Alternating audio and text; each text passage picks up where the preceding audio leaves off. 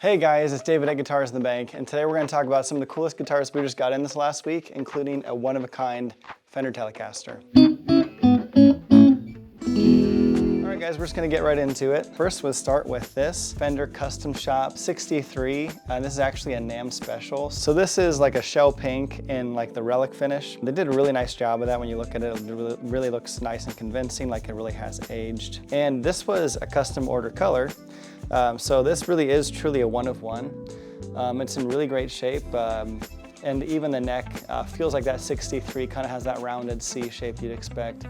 And to boot, it does have the matching headstock, which is really nice. Definitely one of the nicest custom shops I've had come through. It comes with a fancy case. If you're gonna buy a Fender Custom Shop, you always wanna make sure you got the floor traveler. So this has all the information, all the specs there. Certificate of authenticity. So limited NAMM 36 Telecaster relic. So really cool one. Like I said, this was a custom order color.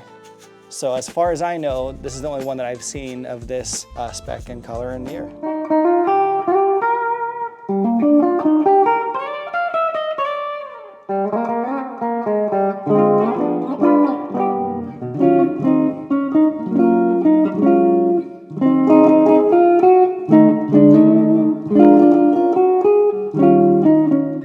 All right, next one let's get into is a Fender Japan ST72.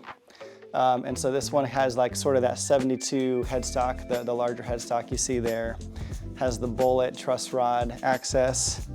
And what I really like about this one, the reason I snagged it, was the way that the finish has worn on it.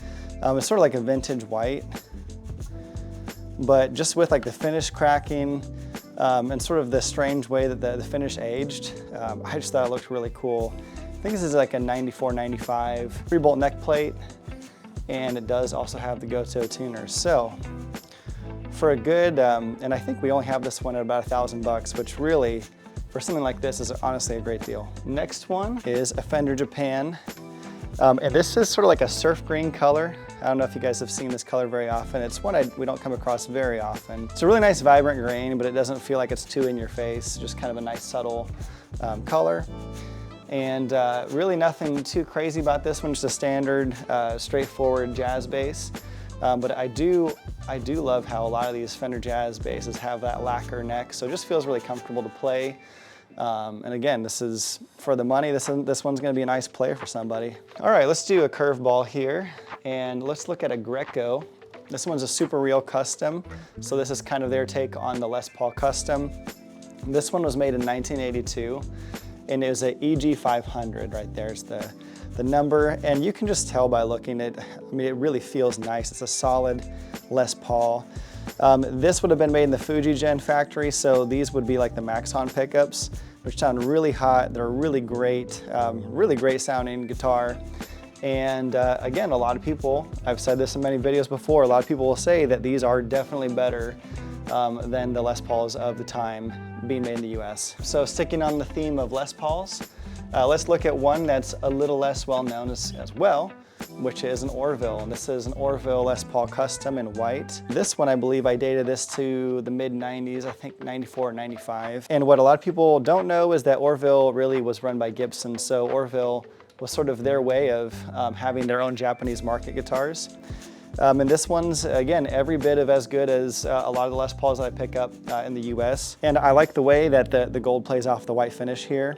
This one's had a little bit of wear to it, but truthfully, I kind of like guitars that have been worn in. I don't like to play a guitar that's brand spanking new. If I ding it up a little bit, it's no big deal. But yeah, if you don't know much about Orville, look into them. It's really interesting. For all those guys out there that are Gibson only, if you don't know about Orville, you definitely need to look into it. Next one, let's look at, this is a Fender Japan Hybrid 50s, and they have this in an HSS. So you kind of have more of that aggressive tone on the bridge pickup if you want. This is in a metallic Sherwood green, so it's a really nice color. It's another one that I don't see super often, but I feel like the green colors are pretty popular right now for whatever reason. But if you're looking for something that's like a more modern version of some nice 50s specs, these are really great guitars.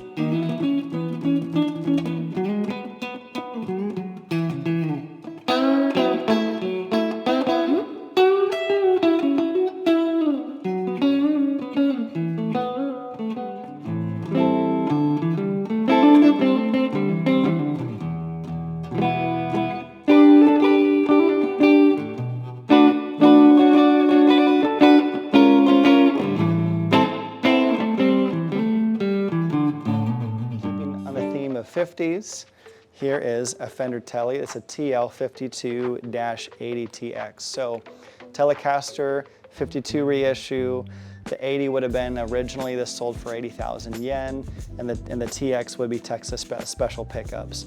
So it's a really nice natural finish, sort of like that butterscotch kind of look to it. If you appreciate good Telecasters that just play and feel nice, this one actually is a little bit on the lighter side.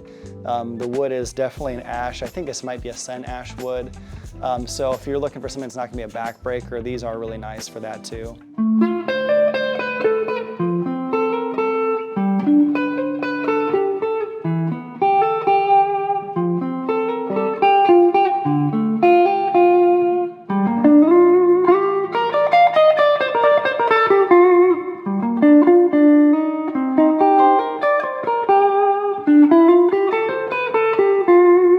Got one more that we want to talk about.